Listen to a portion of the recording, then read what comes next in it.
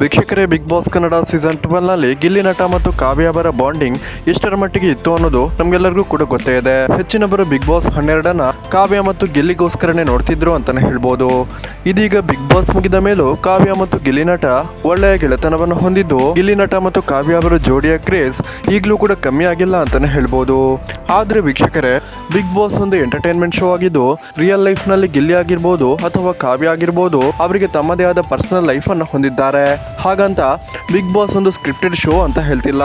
ಆದ್ರೆ big boss ನ ಕಾವ್ಯ ಮತ್ತು ಗಿಲ್ಲಿ ನಟ ಜನರ ಒಂದು ಎಂಟರ್ಟೈನ್ಮೆಂಟ್ ಗೋಸ್ಕರ ಬಿಗ್ ಬಾಸ್ ನಲ್ಲಿ ಜೋಡಿಯಾಗಿದ್ದರು ಅಂತಾನೆ ಹೇಳ್ಬೋದು. ಇದೀಗ ವೀಕ್ಷಕರೇ, ಗಿಲ್ಲಿ ನಟ ಅವರ ಮೂಲಗಳಿಂದ ಗಿಲ್ಲಿ ನಟ ಮದುವೆ ಬಗ್ಗೆ ಮಾಹಿತಿ ಕೇಳಿ ಬರ್ತಿದ್ದು, ಈಗಾಗಲೇ ಗಿಲ್ಲಿ ನಟ ಅವರ ಅಣ್ಣನಿಗೆ ಮದುವೆ ಆಗಿದ್ದು, ಗಿಲ್ಲಿ ನಟ ಅವರಿಗೆ ತಮ್ಮ ಸಂಬಂಧದಲ್ಲೇ ಮದುವೆಗೆ ಹುಡುಗಿಯನ್ನ ಹುಡುಕಾಟ ಮಾಡ್ತಿದ್ದಾರೆ ಅಂತ ಲೇಟೆಸ್ಟ್ ಮಾಹಿತಿಗಳು ಕೇಳಿ ಬರ್ತಿದ್ದು, ಗಿಲ್ಲಿ ನಟ ಅವರ ತಂದೆ ತಾಯಿ ಆದಷ್ಟು ಬೇಗ ಗಿಲ್ಲಿ ನಟ ಅವರಿಗೆ ಮದುವೆಯನ್ನ ಮಾಡೋದಿಕ್ಕೆ ಸಿದ್ಧತೆಯನ್ನ ಮಾಡಿಕೊಳ್ತಿದ್ದಾರೆ ಅಂತ ಹೇಳಲಾಗ್ತಿದೆ. ಸೊ ವೀಕ್ಷಕರೇ, ಯಾರೆಲ್ಲ ಈ ಸಲದ ಬಿಗ್ ಬಾಸ್ ನಲ್ಲಿ ಗಿಲ್ಲಿ ನಟ ಅವರಿಗೆ ಸಪೋರ್ಟ್ ಮಾಡಿದ್ದೀರಿ, ಈ ವಿಡಿಯೋಗೊಂದು ಲೈಕ್ ಮಾಡಿ ಮತ್ತು ಗಿಲ್ಲಿ ನಟ ಮತ್ತು ಕಾವ್ಯ ಇವರಿಬ್ಬರಲ್ಲಿ ನಿಮ್ಗೆ ಯಾರು ಇಷ್ಟ ಅನ್ನೋದನ್ನ ಕಮೆಂಟ್ ಮಾಡಿ ತಿಳಿಸಿ.